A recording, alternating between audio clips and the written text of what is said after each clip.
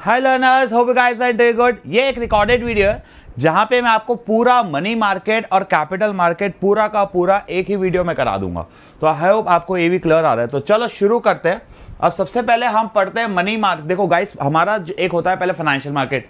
अब हमने पढ़ लिया था फाइनेंशियल मार्केट का मतलब होता है एक ऐसी इंस्ट्रूमेंट है, ऐसी चीज जहां पे कहीं ना कहीं एक ऐसा मार्केट जहां पे बाइंग एंड सेलिंग क्या चीज की होती है, जहां पे कहीं ना कहीं गाइस बाइंग एंड सेलिंग हो रही है ऑफ द फाइनेंशियल एसेट। जब हम बाइंग एंड सेलिंग क्या चीज की कर रहे हैं, we are doing the buying and selling of financial asset, तो उसे हम कहीं ना कहीं बोलते हैं एक तरीके का फाइनेंशियल मार्केट। क्या बोलोगे उसको हम कहीं ना कहीं बोलेंगे एक तरीके का फाइनेंशियल मार्केट। अब ये जो फाइनेंशियल मार्केट होते हैं वो कहीं ना कहीं दो तरीके के होते हैं, एक होता है मनी मार्केट और एक होता है कैपिटल मार्केट। जब भी हम जो इंस्ट्रूमेंट्स की बात कर रहे हैं उसका मैक्सिमम ड्यूरेशन क्या गाइस, जो भी हम इंस्ट्रूमेंट्स की बात कर रहे हैं अगर उन इंस्ट्रूमेंट्स का मैक्सिमम ड्यूरेशन 1 साल है, कितना है, कोई भी इंस्ट्रूमेंट अगर मैक्स टू मैक्स 1 साल के लिए इशू हुआ है तो उससे हम बोलेंगे कहीं ना कहीं मनी मार्केट। और अगर कोई भी इंस्ट्रूमेंट, कोई भी financial asset, shares, debentures, bond, अगर जब हमने इन्हें इशू किया है फॉर मोर देन 1 ईयर, 1 साल से ज्यादा के लिए इशू किया है, तो ये बन जाएंगे कैपिटल मार्केट। सो अब हमारा मनी मार्केट के हम पढ़ रहे थे, हमने लास्ट, अगर आप लोग ने लाइव क्लास देखी होगी तो हमने कहीं ना कहीं पढ़ लिया था मनी मार्केट क्या होता है। Money market for short term.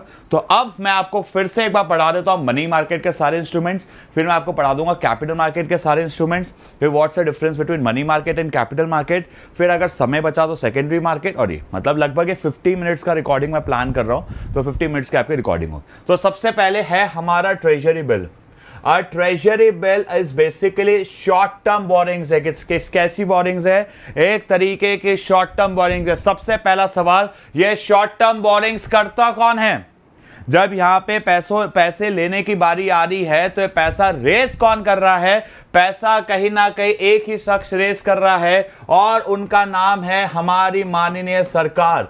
जब कभी भी सरकार को पैसे की जरूरत होती है शॉर्ट टर्म के लिए, जब कभी भी सरकार को पैसे की जरूरत होती है शॉर्ट टर्म के लिए, वो क्या इशू करते हैं, ट्रेजरी बिल। और इनका मैक्सिमम ड्यूरेशन क्या होता है, जो भी हमारी ट्रेजरी बिल है उसका मैक्सिमम ड्यूरेशन होता है कहीं ना कहीं 1 साल।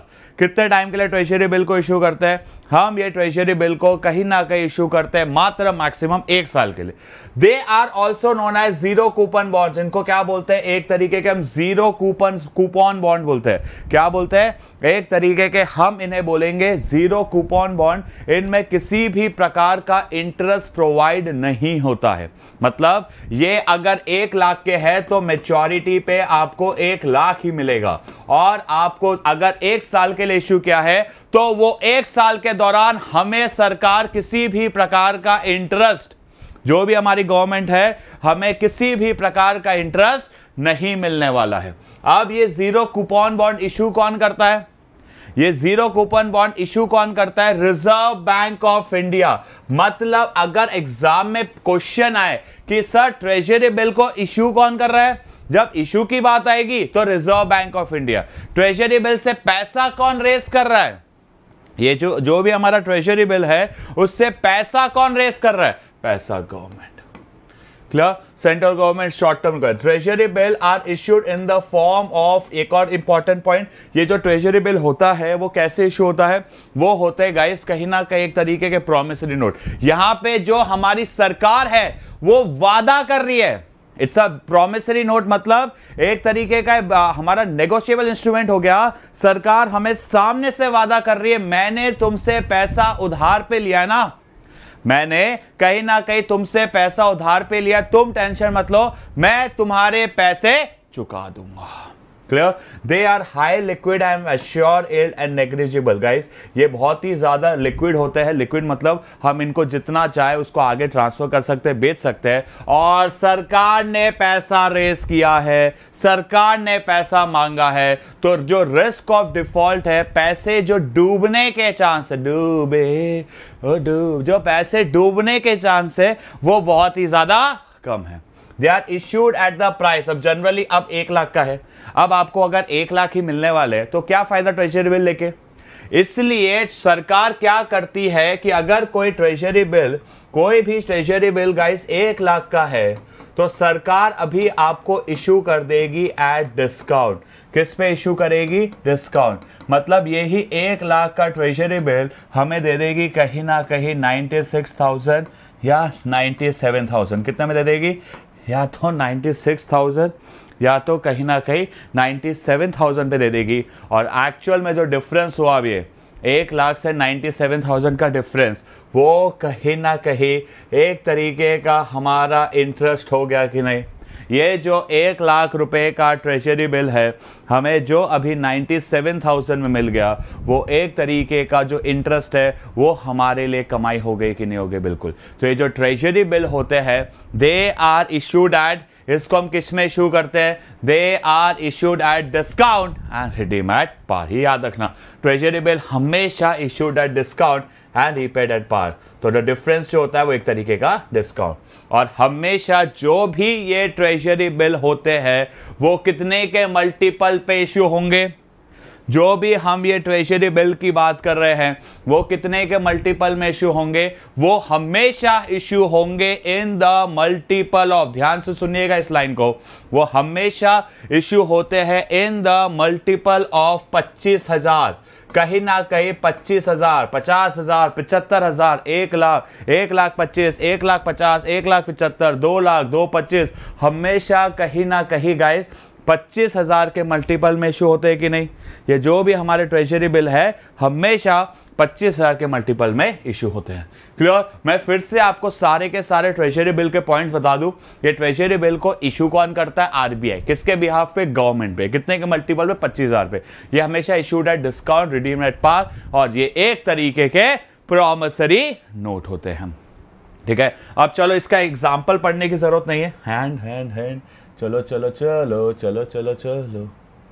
अब नेक्स्ट है कहीं ना कहीं हमारा कमर्शियल पेपर। कमर्शियल पेपर भी एक तरीके का short term unsecured promissory note है। अनसिक्योर्ड का मतलब ये का पहली बात, अनसिक्योर्ड है मतलब जो भी लोग कमर्शियल पेपर से पैसे मांग रहे हैं, क्या गाइस, जो भी लोग ये कमर्शियल पेपर इशू करके पैसे मांग रहे हैं उनको किसी भी प्रकार की कोलैटरल, उन्हें किसी भी प्रकार की प्रॉपर्टी गिरवी रखने की जरूरत नहीं है।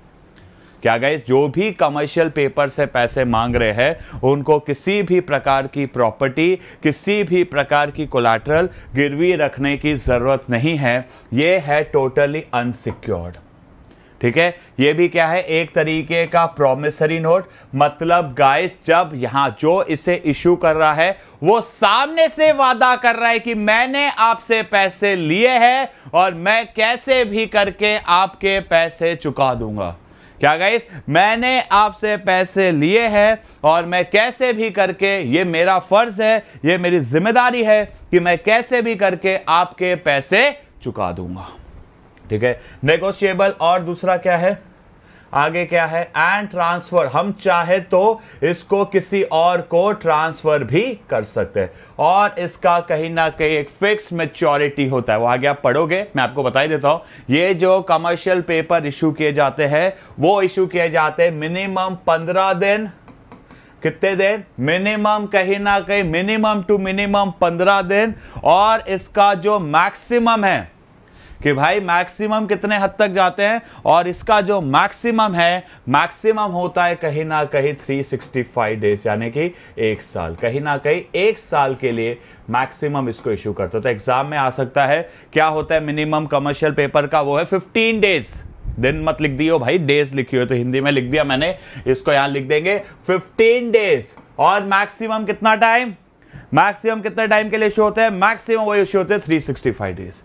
It is issued. अब ये सबसे इंपॉर्टेंट लाइन एग्जाम में आती है कि कमर्शियल पेपर को इश्यू कौन करता है? सिर्फ और सिर्फ वही लोग, लार्ज एंड क्रेडिट वर्दिनेस, जिन लोगों की रेप्यूटेशन, जिन लोगों की गुडविल या जिन लोगों की इज्जत मार्केट में बहुत ज्यादा है, बहुत सही है, सिर्फ वही लोग कमर्शियल पेपर इशू करते हैं। ठीक है, क्योंकि ये अभी मैंने आपको इसका लॉजिक दिया था, उनका इशू करने के पीछे का मकसद एकदम क्लियर है भाई। उनकी एक गुडविल है भाई, उनकी मार्केट में एक इज्जत है भाई, उनकी मार्केट में एक इमेज है, लोग मार्केट में उन्हें कदर करते हैं, लोग मार्केट में उन्हें पूछते हैं। इसलिए जब आपकी क्रेडिट वर्दीनेस होती है, जब आपकी रेपुटेशन होती है, तो बिना कोलैटरल दिए भी हम पैसा रेज कर सकते हैं कि नहीं? हम बिल्कुल कर सकते हैं। हमें गाइस किसी भी प्रकार की ये कोलैटरल, किसी भी प्रकार की प्रॉपर्टी, ये सब देने की कोई दरकार नहीं है, कोई जरूरत नहीं है, ठीक है, to raise short term funds at lower rate of interest than market. अब इन लोगों को क्या होता है कि गाइस ये लोग क्या करते हैं, सपोज मार्केट में बैंक दे रही है 10% और जो डिपॉजिट वाले को तो 4-5% ही दे रही है, तो ये लोग सोचते हैं चलो 8% पे हम पैसे ले लेते हैं। कितने परसेंट पे? हम कहीं ना कहीं पैसे मांग लेते हैं 8% पे, इनको भी एक्स्ट्रा इंटरेस्ट मिल जाएगा और हमें भी सस्ते में मिल जाएगा। कहीं ना कहीं सोचते हैं कि भाई हम मार्केट से सस्ते रेट से पैसा रेस कर लेते हैं, ताकि जिस डिपॉजिटर है उसको भी थोड़ा एक्स्ट्रा पैसा मिल जाएगा और हमें भी कहीं ना कहीं सस्ते में मिल जाएगा। The issue of commercial bank is like alternative. तो एग्जाम में ये ऑप्शन आता है, dash is an alternative for big companies instead of borings from bank. Bank से पैसे लेने के जगह हम ये कर सकते हैं। It is solid. तो ये कमर्शियल पेपर जो होते हैं, ये commercial papers are also issued at discount. क्या गाइस, किस पे इशू करते हैं? ये जो भी हमारे कमर्शियल पेपर है, they are also issued at discount and redeem at par.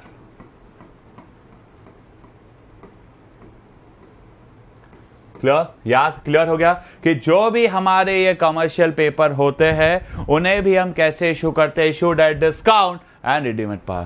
The original purpose of commercial paper was to provide short-term fund for seasonal and working capital needs. अब गाइस मैं आपको बताता हूँ कमर्शियल पेपर कहाँ लगता है। तो कमर्शियल पेपर के कहीं ना कहीं गाइस दो पर्पस होते हैं। सबसे पहला पर्पस होता है to meet up the working capital requirement,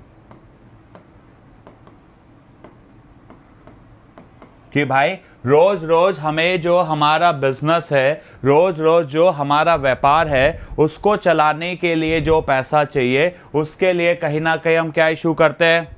रोज हमारा बिजनेस, रोज हमारा व्यापार, उसको चलाने के लिए जो हमें बिजनेस चाहिए, पैसा चाहिए, उसके लिए हम कहीं ना कहीं पहले यूज करते हैं कमर्शियल पेपर। क्या इशू करते हैं? हम कहीं ना कहीं इशू करते हैं कमर्शियल पेपर। और दूसरा बहुत ही इंटरेस्टिंग है, टू मीट अप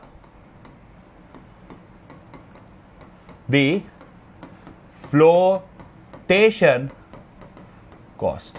क्या मीटअप करने के लिए कौन सा खर्चा पूरा करना है? हमें कहीं ना कहीं एक तरीके का खर्चा पूरा करना है और उस खर्चे को हम कहीं ना कहीं क्या बोलते हैं? Flotation cost. अभी क्या है सबसे समझो यार। आज सपोज एक कंपनी को कहीं ना कहीं गाइस एक नई मशीनरी खरीदनी। क्या खरीदनी है? जो भी हम कंपनी की बात कर रहे हैं, उस कंपनी को कहीं ना कहीं एक नई मशीन खरीदनी। अब उस नई मशीन खरीदने के लिए कंपनी को कहीं ना कहीं बेसिक चीज की जरूरत है। जब भी कंपनी एक नई मशीन खरीदना चाहती है तो एक बेसिक चीज की जरूरत है, वो है पैसा। अब पैसा नहीं है तो कंपनी क्या प्रिफर करती है? कंपनी प्रिफर करती है क्यों ना हम इशू करें शेयर्स। क्या इशू करेंगे? शेयर्स। और हम सबको पता है जब भी कोई कंपनी मार्केट से पैसा मांगने जा रही है, जब भी कोई कंपनी मार्केट से पैसा मांगती है तो इसको इन्वॉल्व होगा कुछ खर्चे, जिससे हम बोलते हैं फ्लोटेशन कॉस्ट। ये हमने चैप्टर 9 आप देख सकते हो, इस चैनल पे जाके वीडियोस मिल जाएंगे। फ्लोटेशन कॉस्ट, फ्लोटेशन कॉस्ट का सिंपल सा मतलब होता है the cost involve in raising the capital. पैसा पाने के लिए जो हमें खर्चा पानी करना पड़ता है, पैसा पाने के लिए जो खर्चा पानी करना पड़ता है, फ्लोटेशन कॉस्ट। जैसे शेयर इशू करते हैं तो हमें खर्चा लगता है अंडरराइटर का, हमें लगता है ब्रोकरेज का, हमें लगता है एडवर्टाइजमेंट का, हमें लगता है प्रॉस्पेक्टस का। बहुत सारे खर्चे लगते हैं कि नहीं? बहुत सारे खर्चे हमारे लगते हैं कि नहीं लगते? बहुत सारे खर्चे हमारे लगते हैं कि नहीं। तो ये सारे जो हमारे खर्चे हैं, जो हमें, ये क्या हो रहा है इसको, एक सेकेंड गाइस,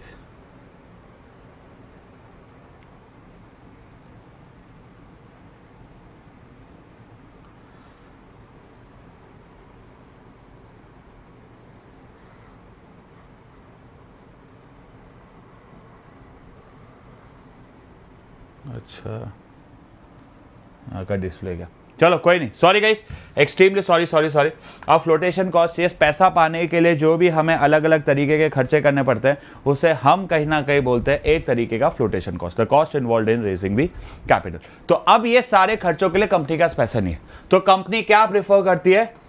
कंपनी प्रेफर करती है इशू करना, कंपनी प्रेफर करती है इशू करना एक तरीके के कमर्शियल पेपर। क्या इशू करती है कंपनी? क्या इशू कर देती है कंपनी? इशू कर देती है एक तरीके के commercial paper.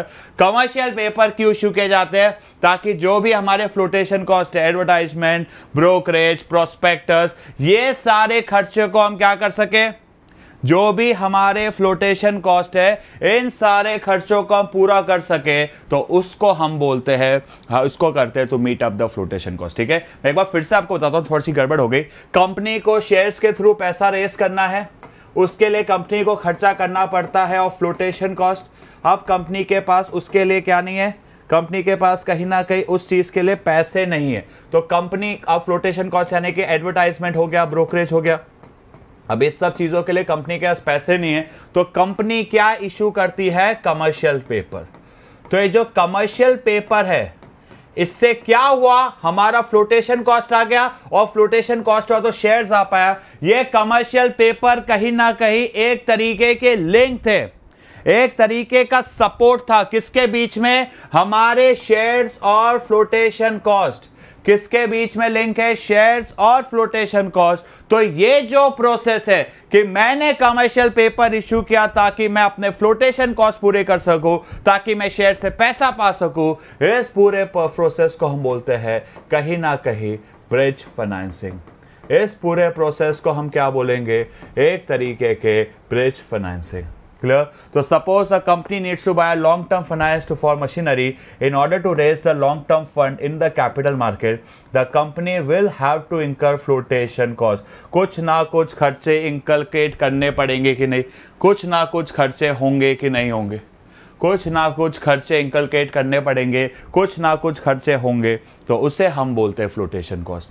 Fund raise through commercial paper are use to meet the flotation cost, and इससे हम, ये जो हमने फंड यूज, जो फ्लोटेशन कॉस्ट को पूरा करने के लिए, फ्लोटेशन कॉस्ट को पूरा करने के लिए जो मैंने कमर्शियल पेपर का इस्तेमाल किया, या जो मैंने कमर्शियल पेपर को यूज किया, उसे हम बोलते हैं, उसे हम क्या बोलेंगे? उसे हम बोलेंगे ब्रिज फाइनेंसिंग।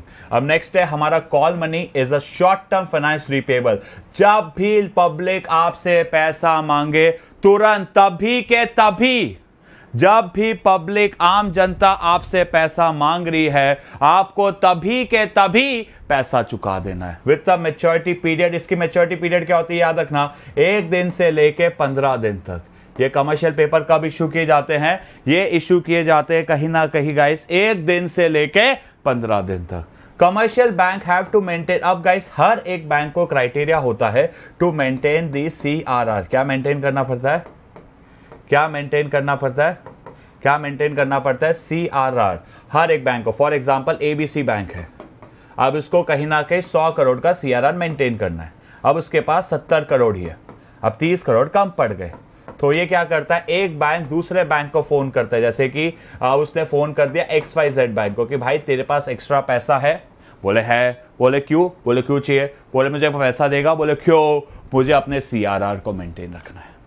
जब यहां पे एक बैंक दूसरे बैंक से क्या कर रहा है? सिंपल सा, यहां पे कहीं ना कहीं गाइस हमारा जो भी एक बैंक है वो दूसरे बैंक से पैसे बोरो कर रहा है सिर्फ और सिर्फ एक ही पर्पस के लिए।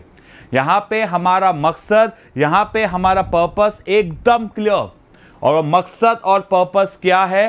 टू मेंटेन, क्या मेंटेन रखना है? To maintain the cash reserve ratio.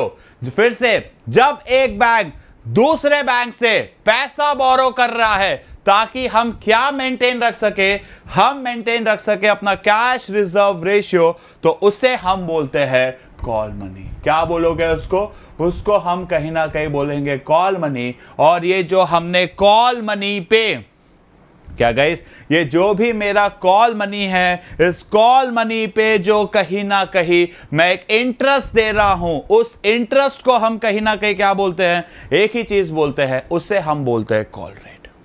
क्या गाइस, ये जो कॉल मनी है इस पे कहीं ना कहीं गाइस मैं जो भी इंटरेस्ट दे रहा हूं, जो भी ब्याज दे रहा हूं, उससे हम क्या बोलेंगे, कॉल रेट। तो यही चीज यहां पे लिखी हुई आप देख सकते हो। So guys, commercial paper to maintain the Reserve Bank of India ratio from time to time fix amount, call money is a method by which bank borrow from each other to maintain. क्या maintain रखना है, क्या maintain रखना है भाई, क्या maintain रखना है, आजा भैया आजा आजा आजा, बहुत ज़्यादा पढ़ लिया। क्या मेंटेन रखना है यहाँ पे, हमें क्या मेंटेन रखना है, to maintain the cash reserve. एक सेकंड देख लेते, ऊपर कुछ है तो नहीं ना, हाँ बस ठीक है। क्या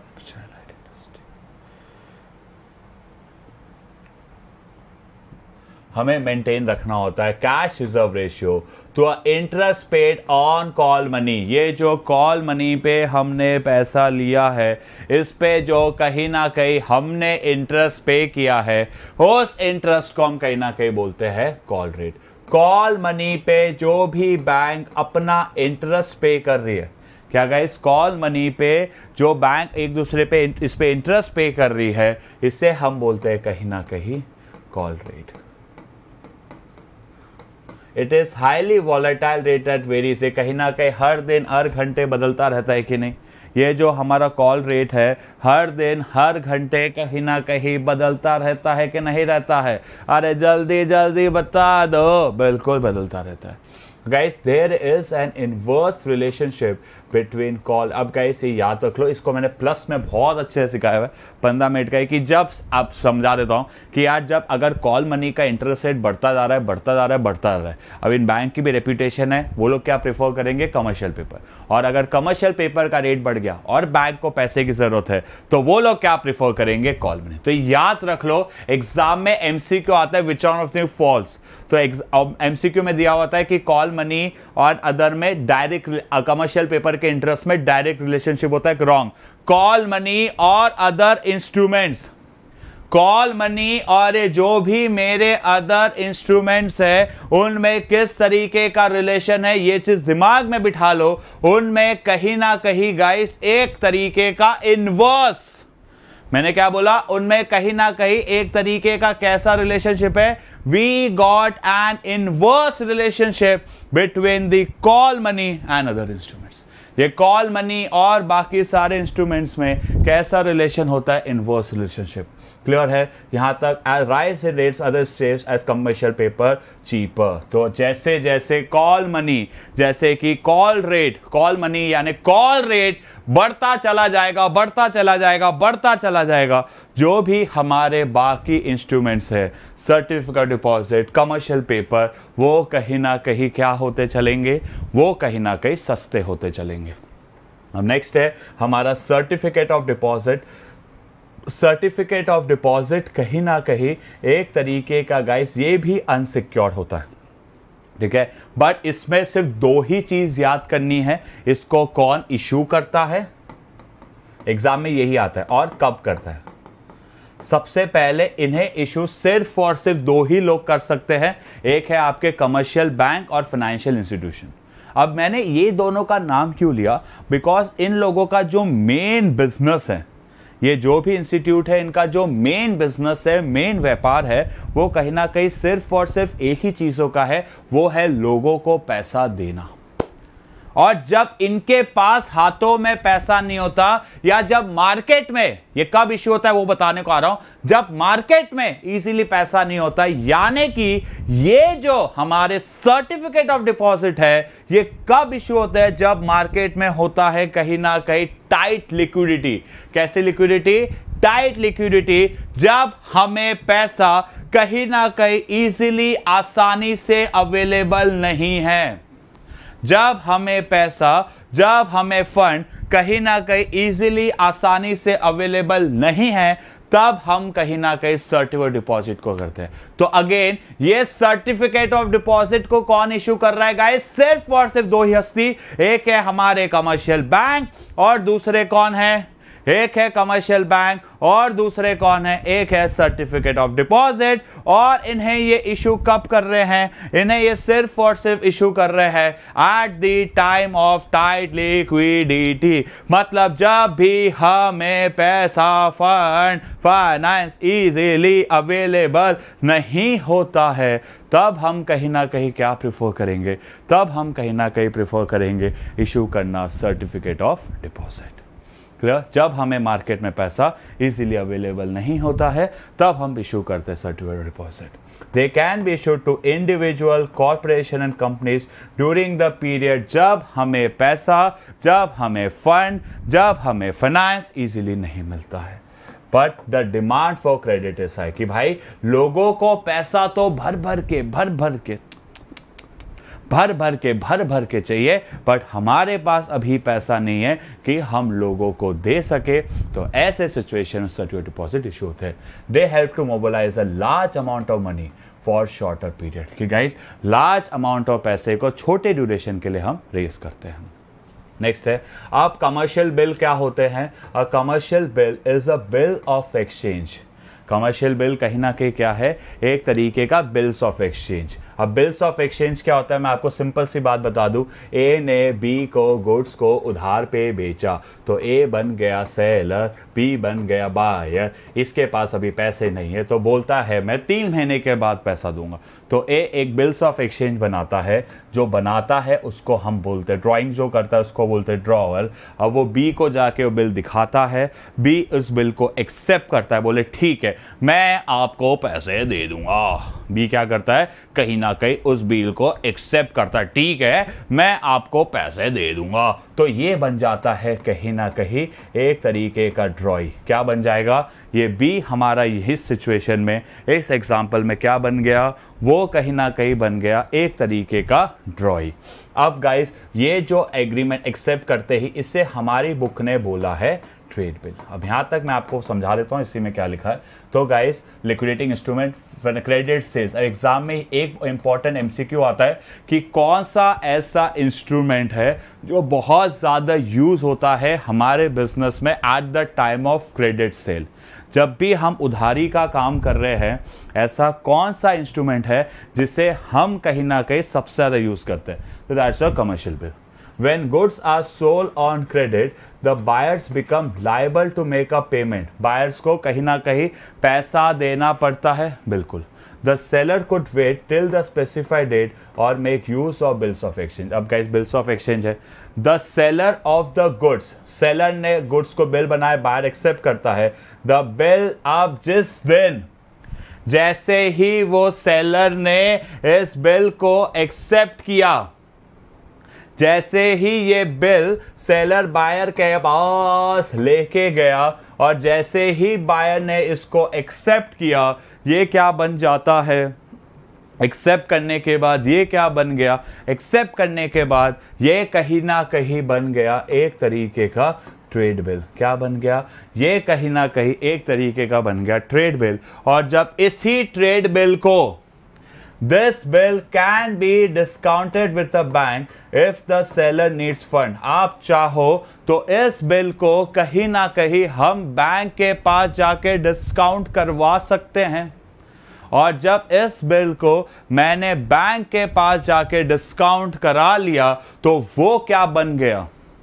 क्या गाइस? बैंक के पास जैसे ही जाके मैंने डिस्काउंट करा लिया, अब वो बन गया कमर्शियल बिल। जैसे एक लड़की की शादी होने के बाद सरनेम चेंज हो जाता है, वैसे ही सिर्फ है तो बिल ही, पर जैसे ही हमने इस ट्रेड बिल का बैंक के साथ शादी बैंक पे जाके डिस्काउंट करा दिया, ये बन गया कमर्शियल बिल। और जब ये ट्रेड बिल, ठीक है, तो ट्रेड बिल और कमर्शियल बिल में यही डिफरेंस होता है। ट्रेड बिल कब इशू किया जाता है? हमारा जो ट्रेड बिल है ट्रेड बिल कहीं ना कहीं होता है जब जो बायर सेलर है, सेलर ने बायर को बिल दिया और बायर ने उस बिल को क्या कर लिया, कहीं ना कहीं एक्सेप्ट। अब जैसे ही ये बिल एक्सेप्ट हो गया, वो क्या बन जाएगा, ये बिल एक्सेप्ट होते होते वो क्या बन जाएगा, एक तरीके का ट्रेड बिल। और जब इसी ट्रेड बिल को मैंने बैंक के पास जाके क्या करवा लिया, जब इसी ट्रेड बिल को हमने कहीं ना कहीं बैंक के पास जाके डिस्काउंट करा लिया, तो वो क्या बन जाएगा, वो बन जाएगा कहीं ना कहीं कमर्शियल बिल। क्लियर है यहां तक? यहां तक चीजें क्लियर, यहां तक चीजें क्लियर है? तो चलो गाइस, हाफ एन आवर का सेशन हो गया है। अब गाइस, अब मैं इस वीडियो को यहां ही एंड करता हूं। ये हो गया हमारा मनी मार्केट, और मैं फिर एक और वीडियो बना देता हूँ कैपिटल मार्केट पे, ठीक है। वैसे कैपिटल इसी पे कर लेते हैं, चलो इसी पे कंटिन्यू कर लेते हैं, 25 मिनट का क्या ही बनाएंगे। अब नेक्स्ट डे डिफरेंस यहाँ पे कर लेते हैं, फिर हम आगे देख लेंगे, ठीक है। अब जो हमारा कैपिटल मार्केट होता है, जो आपका प्राइमरी मार्केट और सेकेंडरी मार्केट है वो, ठीक है। So the term capital market refers to facility and institutional arrangement through, देखो एक साल के लिए हुआ, एक साल के लिए पैसा रेस किया तो कैपिटल मार्केट, और जब कभी भी एक साल से ज्यादा के लिए पैसा रेस किया, सॉरी एक साल के लिए किया तो मनी मार्केट, और एक साल से ज्यादा के लिए पैसा रेस किया तो वो क्या बन जाएगा, एक तरीके का कैपिटल मार्केट। अब नेक्स्ट, बोथ डेब्ट and equity, it consist of series of channels through which savings of the community, ये जो भी हम पैसा बचा रहे हैं, जो भी हम फंड बचा रहे हैं, उस पैसे को कहीं ना कहीं हम लोगों तक, बिजनेस तक पहुंचाते हैं। ये कहीं ना कहीं लोगों के पैसे को, आज आपके पास पैसा है, अब कैपिटल मार्केट मतलब शेयर मार्केट, क्योंकि शेयर मार्केट लॉन्ग टर्म के लिए। अब ये जो हमने हमारा पैसा है, हम कहीं ना कहीं गाइस उन्हीं कंपनीज में, उन्हीं बिजनेस में लगाना चाहेंगे जहां पे कहीं ना कहीं बॉस, एक चीज तो एकदम क्लियर है कि मुझे मिलना चाहिए एक प्रकार का highest return. Consist the capital market consist of the development banks, commercial banks and stock exchange. Clear है कि नहीं? क्लियर है कि नहीं? And ideal capital market is one where the finance is available. जो भी हमें बिजनेस करने के लिए पैसा चाहिए, जो भी हमें बिजनेस करने के लिए फंड चाहिए, कहीं ना कहीं कम से कम रेट पे अवेलेबल होना चाहिए कि नहीं? जो भी हम बिजनेस कर रहे हैं, व्यापार कर रहे हैं, उसके लिए जो भी हमें पैसा चाहिए, फंड चाहिए, कैपिटल मार्केट मेक श्योर करता है कि हर किसी को ये पैसा और फंड एकदम कम से कम रेट पे मिले। The process of economic development is facilitated by the existence of well function. Capital market make sure क्या करता है कि भाई लोगों को जो पैसा चाहिए, फंड चाहिए, वो easily available हो जाए। In fact, development of the financial system is seen as a necessary condition for economic growth. कि अगर हम चाहते हैं कि हमारा देश आगे बढ़े, हमारी इकोनॉमी आगे बढ़े, तो कहीं ना कहीं ढंग का कैपिटल मार्केट होना चाहिए कि नहीं? एक सेकेंड बस, लैपटॉप बंद होने वाला था, लैपटॉप बंद होने वाला, ठीक है। सो गाइस, अगर हम चाहते हैं कि हमारा इकोनॉमी, हमारा देश आगे बढ़े, हेलो हेलो हेलो हेलो